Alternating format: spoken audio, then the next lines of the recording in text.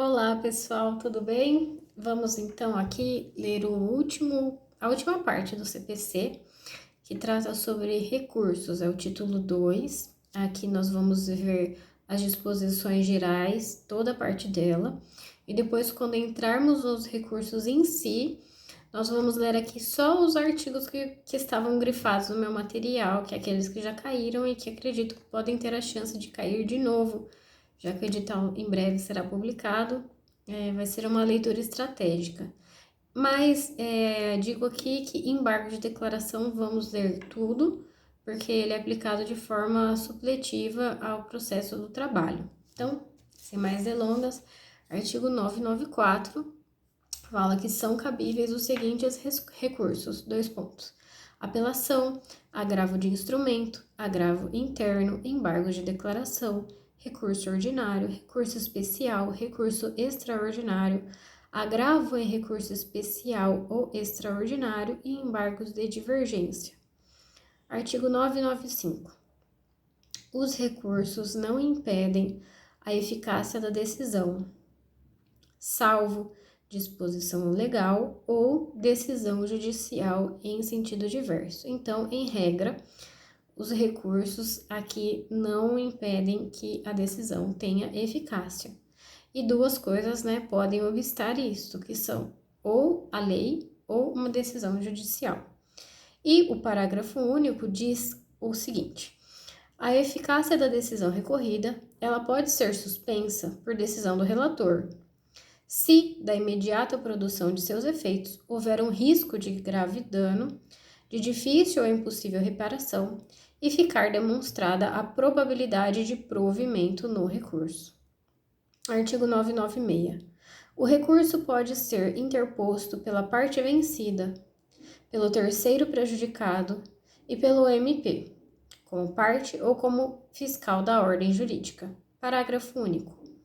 Cumpre ao terceiro demonstrar a possibilidade de a decisão sobre a relação jurídica submetida à apreciação judicial atingir direito de que se afirme titular ou que possa discutir em juízo como substituto processual.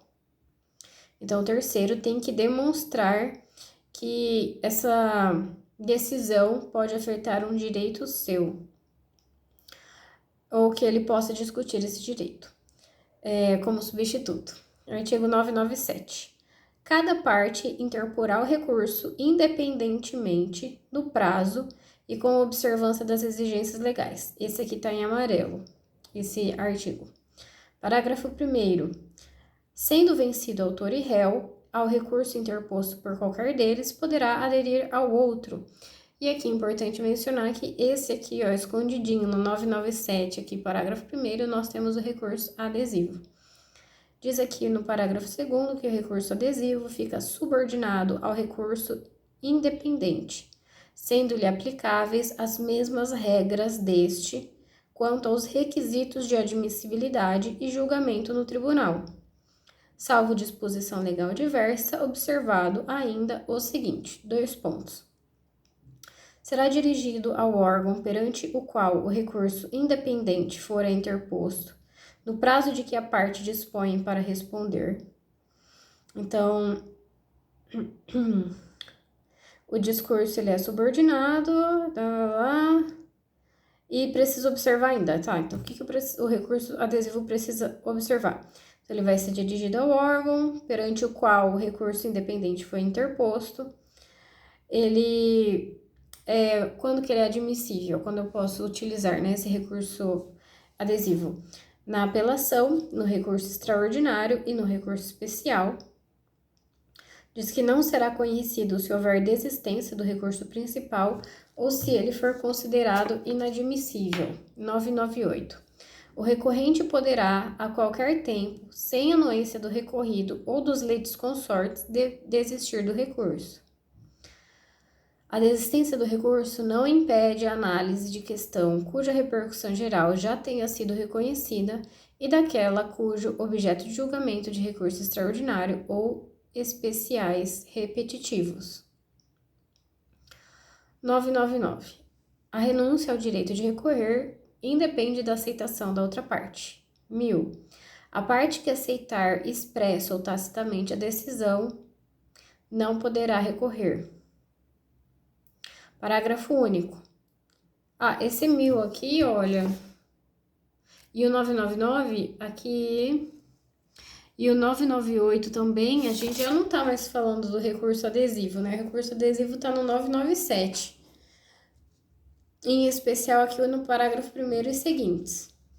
Depois, a gente volta aqui a falar das disposições gerais. Então, quando o 998 ele diz que o recorrente pode a qualquer tempo, né, sem anuência do recorrido do litisconsorte desistir do recurso, são para todos os recursos, não só para adesivo. Parágrafo único também diz que a desistência não impede análise de repercussão geral, mesma coisa. 999, que a renúncia do direito de recorrer independe da aceitação da outra parte, também é disposição geral ali de todos os recursos. E aqui no 1000 também, que a parte que aceitar expressa ou tacitamente a decisão não pode recorrer, isso vai para todos. Inclusive, aqui faz sentido a gente aplicar até na área trabalhista, pois acredito que muito provavelmente não é o processo do trabalho na CLT não é tão específico. Então, aqui está dizendo que a parte que aceita expressa ou tacitamente a decisão não pode recorrer. Parágrafo único. Considera-se aceitação tácita a prática sem nenhuma reserva de ato incompatível com a vontade de recorrer. 1001. Dos despachos não cabe recurso. 1002. A decisão pode ser impugnada no todo ou em parte. 1003. O prazo para a interposição de recurso conta-se da data em que os advogados, a Sociedade de Advogados, a Advocacia Pública, a Defensoria Pública ou MP são intimados da decisão. Esse aqui está grifadinho em amarelo. Parágrafo 1º. Os sujeitos previstos no caput considerar-se-ão intimados em audiência quando nesta for proferida a decisão. Parágrafo 2º. Aplica-se o disposto no artigo 231, incisos 1 a 6º, ao prazo de interposição de recurso pelo réu contra a decisão proferida anteriormente à citação. Parágrafo 3º. No prazo para a interposição de recurso, a petição será protocolada em cartório ou conforme as normas de organização judiciária, ressalvado o disposto em regra especial. Parágrafo 4º. Para aferição da tempestividade do recurso remetido pelo correio, é considerada como data da interposição a data da postagem. Parágrafo 5º, tá aqui em amarelinho e o 6º também. Excetuados embargos de declaração, o prazo para interpor os recursos e para responder-lhes é de 15 dias. Tá aqui, ó, escondidinho os prazos do recurso. Tá no 1003, parágrafo 5º. Podia ser um pouquinho mais fácil, né, pra gente achar. Depois, na hora da prova de segunda fase, para colocar certinho os artigos que vão estar no gabarito. Então, tô aqui, olha, falando pra gente ouvir e guardar. Parágrafo 6º. O recorrente comprovará a ocorrência de feriado local. Esse aqui também, super importante, 1003, bem escondido. O recorrente, então, precisa comprovar a ocorrência de feriado local no ato de interposição do recurso. 1004. Se durante o prazo para a interposição do recurso sobrevier o falecimento da parte ou de seu advogado, ou ocorrer motivo de força maior que suspenda o curso do processo, será até o prazo restituído em proveito da parte, do herdeiro ou do sucessor, contra quem começará a correr novamente depois da intimação. 1005. O recurso interposto por um dos litisconsortes a todos aproveita, salvo se distintos ou opostos os seus interesses. Esse aqui também é bem importante.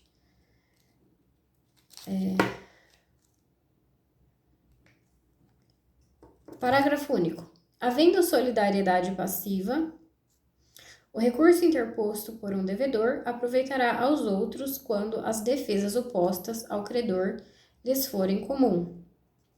1006.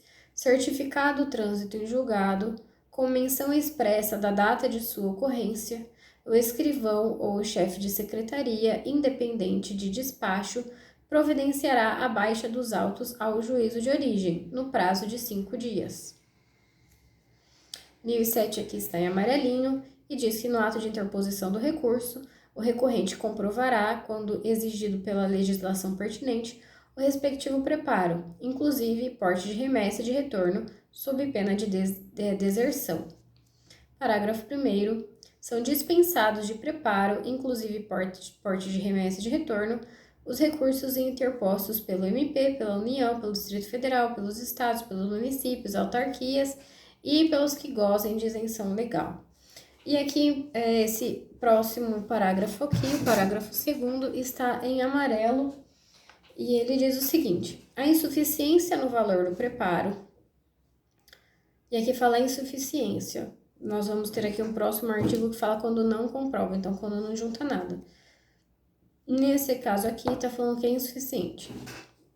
Então, parágrafo 2º, a insuficiência no valor do preparo, inclusive porte de remessa e de retorno, implicará deserção se o recorrente, intimado na pessoa de seu advogado, não vier a supri-lo no caso de 5 dias.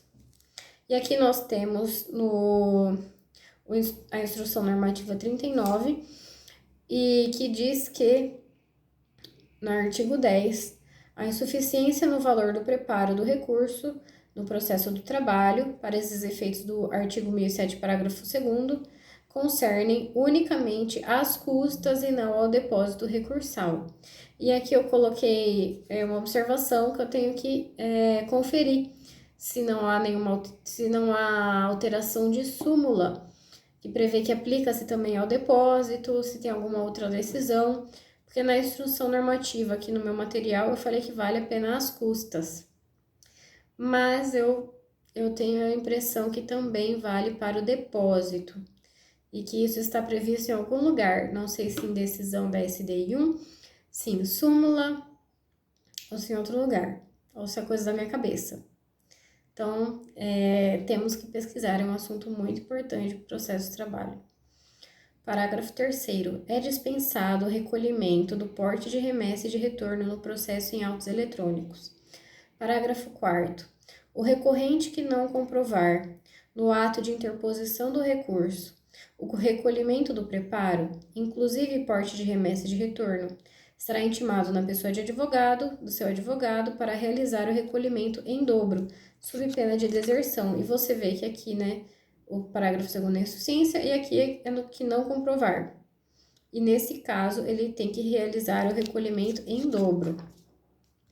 Parágrafo 5º diz que é vedada a complementação se houver insuficiência parcial do preparo, inclusive porte de remessa e de retorno, no recolhimento realizado na forma do parágrafo 4º.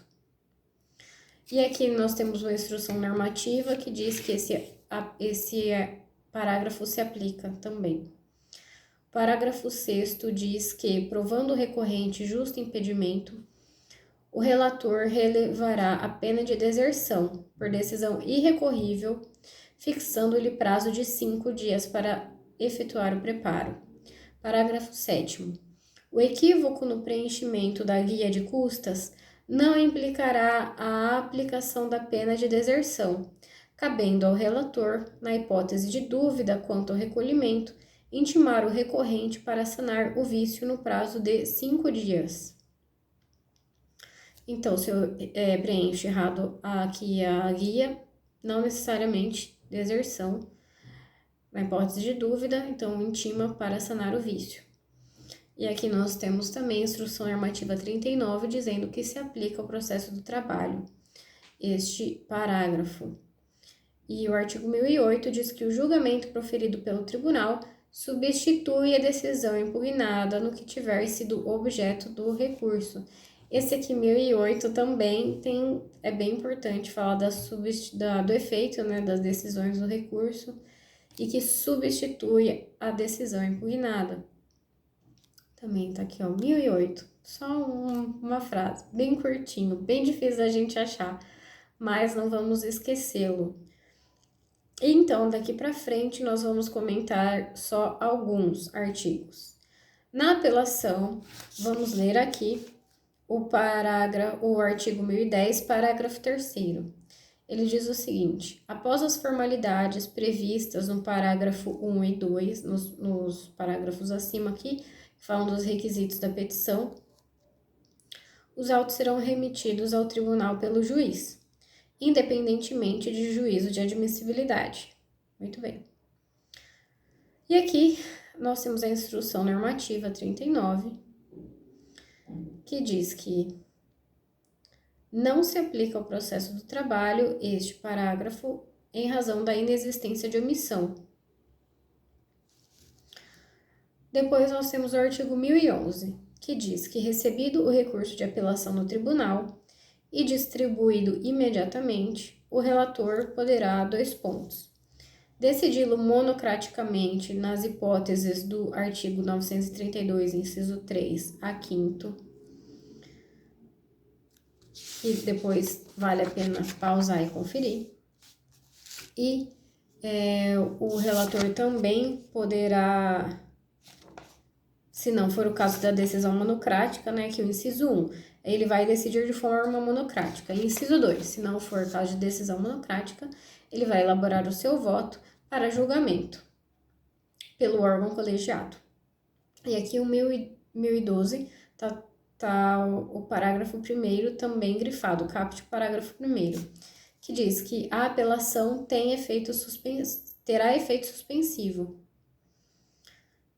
E o parágrafo 1º diz que, além de outras hipóteses previstas em lei, começa a produzir efeitos imediatamente após a sua publicação a sentença que, Então, em regra, está falando que a apelação tem efeito suspensivo, mas o parágrafo 1º, né, fala que, além de outras hipóteses previstas em lei, começa a produzir efeitos imediatamente após a sua publicação, a sentença que homologa a divisão ou demarcação de terras, condena a pagar alimentos, extingue sem resolução do mérito ou julga improcedente os embargos do executado. Esse aqui tá em caps lock e negritado também, além de amarelo. Julga procedente o pedido de instituição de arbitragem, também tá assim. Confirma, concede ou revoga a tutela provisória e decreta a interdição. Depois nós temos ali no 1013. A apelação devolverá ao tribunal o conhecimento da matéria impugnada. E aqui nós temos a instrução normativa 39, dizendo que se aplica, sim, esse 1013 ao processo do trabalho. E também é um artigo muito importante, que é com ele que a gente justifica o efeito devolutivo do recurso. Você vê que ele fala que a apelação devolve ao tribunal a matéria impugnada. Então, em questões de segunda fase, em especial, que a gente tenha que discorrer sobre ele, a gente tem que mencionar o artigo, tá aqui, 1013. Eu vou falar que todos estão escondidos, é porque, para mim, eles estão. Essa parte do código, essa segunda parte, né, mais pro final do Código de Processo Civil, nós não usamos com tanta frequência. Então, tudo para mim aqui tá escondido. Mas bem, então aqui na parte da apelação, a gente tem nesse 1013 a aplicabilidade ao processo do trabalho. Depois o 1014 diz que as questões de fato não propostas no juízo inferior podem ser suscitadas na apelação se a parte provar que deixou de fazê-lo por motivo de força maior. Tá amarelinho aqui, e a instrução, de acordo com a instrução normativa 39, também se aplica ao processo do trabalho. Então, as questões de fato não antes suscitadas podem ser suscitadas na apelação, desde que para isso a parte tenha um motivo de força maior, também bem importante. Agora, no tocante ao agravo de instrumento, ele vem aqui no 1015, e aqui tá grifadinho no meu material o artigo 1019, que diz que recebido o agravo de instrumento no tribunal e distribuído imediatamente, se não for o caso de aplicação do 932, que é quando o relator, né, decide lá monocraticamente, ele em 5 dias, ele pode atribuir o efeito suspensivo ao recurso, ou deferir a tutela parcial ou total e comunicar no juiz a sua decisão, ou que ele pode ordenar a intimação do agravado pessoalmente, e etc., e determinar a intimação do MP. Só o inciso primeiro aqui tá grifadinho. Agora, no próximo capítulo é do agravo interno. No agravo interno, esse 1021 aqui diz que aplica-se o processo do trabalho, esse 1021, sobre o agravo interno, salvo quanto ao prazo dele, né? Então, na Justiça do Trabalho, não se utiliza aqui do prazo do agravo interno, que provavelmente é de 15 dias, conforme nós vimos ali nas disposições gerais.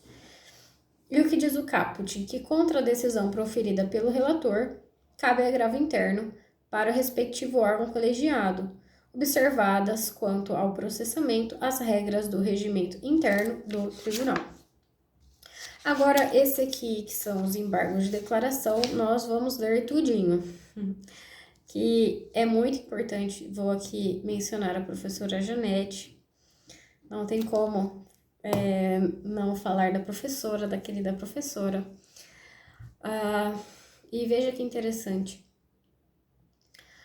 A disposição que nós temos na CLT sobre os embargos de declaração, elas são bem restritas, né? O CPC, a gente tem aqui muitos artigos, é bem mais exemplificado quando cabe e as hipóteses, e no processo de trabalho não muito.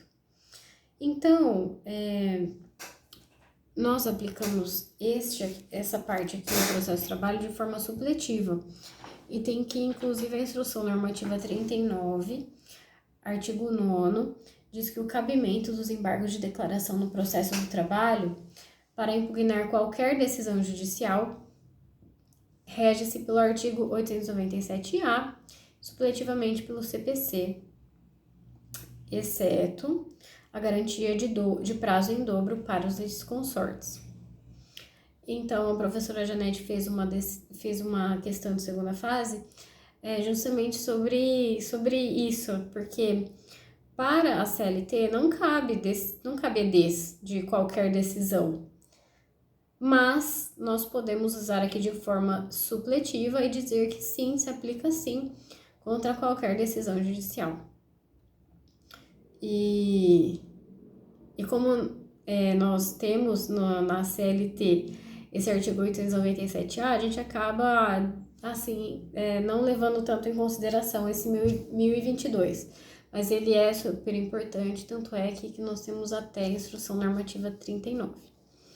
E o parágrafo único aqui do artigo 9º da Instrução Normativa 39 diz que a omissão para fins do pré-questionamento ficto, a que alude o artigo 1025 do CPC, dá-se no caso de o Tribunal Regional do Trabalho, mesmo em estado mediante embargo de declaração, recusar-se a emitir tese sobre questão jurídica pertinente na fórmula da súmula 297, item 3 do TST. Então, quando nós formos ler o artigo 1025, vamos aqui lembrar desse parágrafo único do artigo 9º da Instrução Normativa 39. Então, vamos dar entrada no capítulo 5º dos embargos de declaração. Cabem embargos de declaração contra qualquer decisão judicial para, esclarecer obscuridade ou eliminar contradição, suprimir a omissão de ponto ou questão sobre o qual devia se pronunciar o juiz de ofício ou a requerimento, corrigir erro material. Parágrafo único. Considera-se omissa a decisão que, deixe de se manifestar sobre tese firmada em julgamento de caso repetitivo ou em incidente de assunção de competência aplicável ao caso sob julgamento. Veja, eu fiz uma questão de segunda fase esses dias sobre isso, sobre os precedentes, a importância dos precedentes agora. E eu esqueci, olha aqui, de colocar os embargos de declaração, falando que até é considerada omissa. Então, quando o juiz não se manifesta sobre uma tese firmada em julgamento de caso repetitivo ou de assunção de incompetência, a decisão é omissa. Eu acredito que tem até... Poxa, eu fiz semana passada, já esqueci o artigo, mas fala que é nula. É nula. Eu não sei se está no 480, não sei se 489, 400 e pouco. Ou 485. Tem ali uma parte que fala, né, dos requisitos da sentença. E tem uma parte que diz que quando a sentença não observa, ela acho que é nula. Não sei se é nulo ou inválido o termo. Bom, mas veja, quando nós formos fazer uma questão também, não só de IEDs, mas uma questão sobre a importância dos precedentes, o que é bem possível cair, bem possível que tenha na prova, não vamos esquecer do EDs. Aqui, ó, parágrafo único, inciso 1. E também considera, deve ser aqui, ó, considera-se omissa a decisão que incorra em qualquer das condutas descritas no 489, parágrafo 1º. Acho que tá lá, é isso que eu tava comentando. Bem legal, com certeza ia estar no gabarito. E eu não coloquei na minha resposta. Tudo bem, a gente tá aqui lendo tudo CPC para isso, né? Bom, 1023. Os embargos serão opostos no prazo de 5 dias. Para impetição dirigida ao juiz com indicação do erro, obscuridade, contradição ou omissão e não se sujeitam a preparo. Parágrafo 1º, aplica-se aos embargos de declaração, artigo 229. Parágrafo 2º, o juiz intimará o embargado para, querendo, manifestar-se no prazo de 5 dias sobre os embargos opostos, caso seu eventual acolhimento implique a modificação da decisão embargada. 1024. O juiz julgará os embargos em 5 dias. Parágrafo 1º. Nos tribunais, o relator apresentará os embargos em mesa, na sessão subsequente. Proferindo voto e não havendo julgamento nessa sessão, será o recurso incluído em pauta automaticamente. Parágrafo 2º. Quando os embargos de declaração forem opostos contra a decisão de relator ou outra decisão unipessoal proferida em tribunal, o órgão prolator da decisão embargada decidi-los-á monocraticamente. Parágrafo 3º. O órgão julgador conhecerá dos embargos de declaração como agravo interno, se entender ser este o recurso cabível, desde que determine previamente a intimação do recorrente para, em 5 dias, complementar as razões recursais de modo a ajustá-las à exigência do 1021. Esse aqui também é importante, esse artigo 1024, parágrafo 3º, quando a gente for ter que discorrer ou exemplificar o princípio da fungibilidade. E também o princípio da primazia das decisões de mérito, porque aqui você está privilegiando, então, a discussão do mérito em face da formalidade, né? Se sobrepõe mais a discussão do processo do que a formalidade. Parágrafo 4º. E também aqui tem o princípio do contraditório, da ampla defesa, devido ao processo legal, porque o relator, né? Bom, é determinado a intimação do recorrente, para que em 5 dias ele ainda complemente as razões. Então, é dado a ele essa oportunidade do devido processo legal. Parágrafo 4º.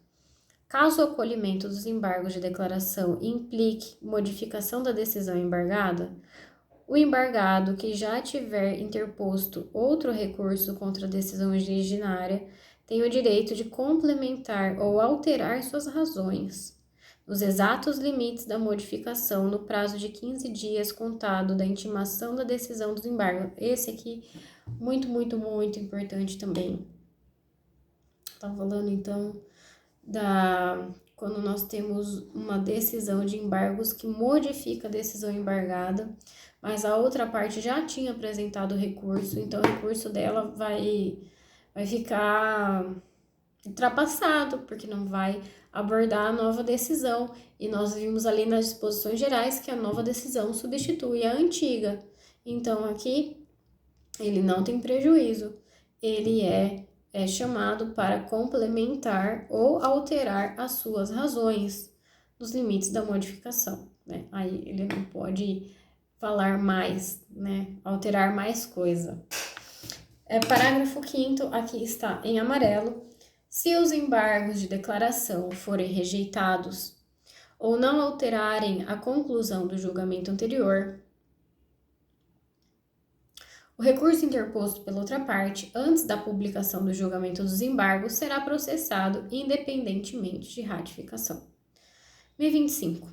Consideram-se incluídos no acórdão os elementos que o embargante suscitou, para fins de pré-questionamento, ainda que os embargos de declaração sejam inadmitidos ou rejeitados, caso o Tribunal Superior considere existentes erro, omissão, contradição ou obscuridade. Esse aqui é amarelinho, esse aqui, 1025, está grifado de amarelinho, também super importante para quando nós vamos falar de pré-questionamento. Nós temos lá a súmula 297 do TST, temos aqui também o 1025, que está em amarelinho, já caiu, muito importante. Isso também é importante para falar devido processo legal, da publicidade.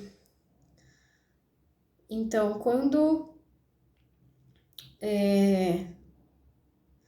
o embargante suscita, né, lá nos embargos, determinadas matérias, e mesmo assim os julgadores não incluem no acórdão, nós consideramos as matérias dos embargos para fins de pré-questionamento, ainda que os embargos sejam inadmitidos ou rejeitados ou que não tenham lá. Muito bem. Artigo 1026. Os embargos de declaração não possuem, esse aqui também tá amarelo, tá grifado e negritado. Os embargos de declaração não possuem efeito suspensivo e interrompem o prazo para a interposição de recurso. Então, EDs não tem efeito suspensivo e interrompem o prazo para a interposição do recurso. E aqui acrescentei umas coisas em vermelho, vamos ver o que é. Há duas hipóteses de não conhecimento dos embargos de declaração, segundo a jurisprudência, que não ocasionam a interrupção da contagem dos prazos. A primeira hipótese é a de não conhecimento por intempestividade dos próprios EDs. A segunda hipótese se refere aos embargos de declaração não conhecidos em razão de uma irregularidade formal, como, por exemplo, falta de procuração nos autos. Errado dizer que os EDs intempestivos não suspendem, porque, na verdade, eles não interrompem quando intempestivos.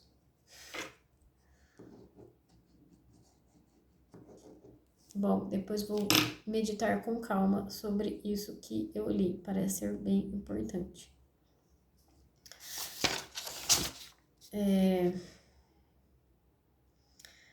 Digo meditar sobre o efeito suspensivo e o efeito de interrupção do prazo,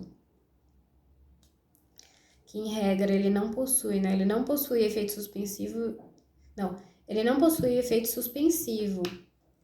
Os EDs não possuem efeito suspensivo e interrompem o prazo para a interposição do recurso. E aqui então quis dizer que os EDs, quando são intempestivos, eles não interrompem, porque eles nunca possuem mesmo efeito suspensivo. Os embargos não possuem efeito suspensivo. Tudo bem, não possui efeito suspensivo. Não possuem.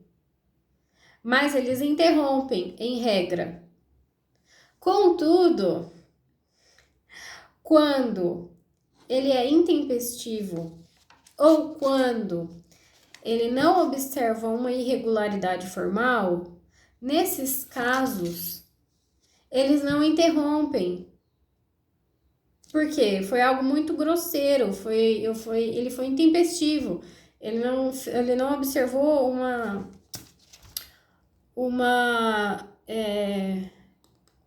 algo formal, que muito simples, não há dúvida sobre isso. Então, ele deveria ter observado, nesses casos, ele que já não suspende mesmo, não possui efeitos suspensivos nesses casos, eles não interrompem. Em regra, interrompe. Nesses 2 casos aqui acima, eles não interrompem. Em regra, interrompem. Aqui, não. Então, já meditei. Pronto, era isso. Ai, fiquei curiosa, queria entender logo. Me desculpem a enrolação. Olha, agora o próximo capítulo, ele chama dos recursos para o STF e para o STJ. Aqui, vamos ver, tem aqui o 1035 que tá grifadinho. E tem o 1034, parágrafo único, que tem uma menção também importante. Então, vamos ver. Ó. Agora, a gente vai lá para o 1034, parágrafo único. Está dizendo que, admitido o recurso extraordinário ou especial por um fundamento, devolve-se ao Tribunal Superior o conhecimento dos demais. E aqui a Instrução Normativa 39. Aplica-se ao processo do trabalho o parágrafo único do 1034. Assim, admitido o recurso de revista por um fundamento, devolve-se ao TST o conhecimento dos demais. Mas, muita atenção. Isso aqui é a Instrução Normativa 39 e eu não atualizei. Nós temos a Instrução Normativa 40, provavelmente, porque a 41 fala da reforma trabalhista, que eu acho que reviu esse posicionamento aqui. E caía em prova até de analista, essa Instrução Normativa 40. Eu acho que tem que entrar com agravo, muito grave. Ainda bem que eu coloquei aqui. Então, fica o alerta para vocês lerem também a Instrução Normativa 40. Acredito que não apesar da Instrução Normativa dizer que aplica-se, tem outra instrução normativa. Então, leiam, que eu também coloquei aqui para mim, para ler. 1035, está em amarelo. O STF, tá aqui, ó, em caps lock. Em decisão irrecorrível, não conhecerá de recurso extraordinário quando a questão constitucional nele versada não tiver repercussão geral. Então, decisão irrecorrível, ele não conhece quando não tem repercussão geral. Irrecorrível. Mais para frente, agora, nós vamos para o 1042, que está assim, grifado de amarelo, diz que cabe agravo contra a decisão do presidente ou vice-presidente recorrido, do tribunal recorrido, que inadmitir recurso extraordinário ou especial, salvo quando fundado na aplicação de entendimento firmado em regime de repercussão geral ou em julgamento de recurso repetitivo. Então, olha aqui a importância novamente, né, dos precedentes. Parágrafo 2º. A petição de agravo será dirigida ao presidente ou ao vice do tribunal de origem e independe do pagamento de custas e despesas, aplicando-se a ela o regime de repercussão geral e de recurso repetitivo, inclusive quanto à possibilidade de sobrestamento do juízo de retratação. Parágrafo 3º. O agravado será intimado de imediato para oferecer resposta no prazo de 15 dias. Parágrafo 4º. Após o prazo de resposta, não havendo retratação, o agravo será remetido ao Tribunal Superior competente. E vou pular aqui para o parágrafo 6º, na hipótese de interposição conjunta de recurso extraordinário e especial, o agravante deverá interpor um agravo para cada recurso não admitido. Faz sentido, né? E aqui o 1043 fala dos embargos de divergência e a instrução normativa 39 diz que não se aplica ao processo do trabalho. E aqui, vamos lá. Continuando, vamos ver se tem algum grifadinho. Tem aqui o 1070, que diz que é de 15 dias o prazo para interposição de qualquer agravo previsto em lei ou regimento interno do tribunal contra decisão de relator ou outra decisão unipessoal. Então, lembra lá os agravos? É de 15 dias o prazo para interposição de qualquer agravo, né? 15 dias. Mas a instrução normativa diz que não se aplica ao processo de trabalho. E era isso dessa parte final de recursos. Então, terminamos finalmente. Graças a Deus. Estou muito contente. E vamos dar agora seguimento a mais estudos e coisas muito mais legais, né? Como, por exemplo, bom, o que cada um escolhe, né? Mas eu, por curiosidade, quem quiser saber, vou começar a ler agora as decisões dos informativos, as decisões que estão nos informativos no TST. Então, vão ter casos práticos e espero vocês lá comigo também. Tchau!